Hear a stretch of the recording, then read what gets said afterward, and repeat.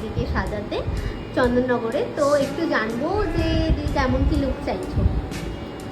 Natural হবে, একটু glowy হবে, খুব বেশি হাইলাইটেড নয়, আর একটু শিমারি আইস চাইছি। আর হেয়ারটা তোমায় বলেছি একটু হ্যাঁ, গ্লো ডাই একদম। হেয়ার লুক আছে, আর লিপস্টিকটা?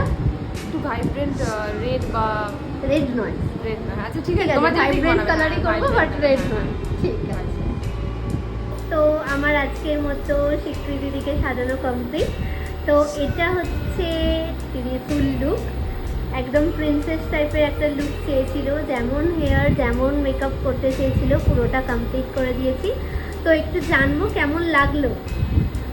খুব ভালো লাগছে সেজে, মমতার ব্যবহার খুব ভালো, আর আমি যেরকম বলেছিলাম ও ঠিক সেরকম সাজিয়ে দিয়েছে, আর আমার সেটা খুব ভালো লেগেছে, সব কিছু পছন্দ হয়েছে? খুব পছন্দ হয়েছে। তোমাকে আমি অলরেডি বলেছি আমার খুব পছন্দ হয়েছে। একদম।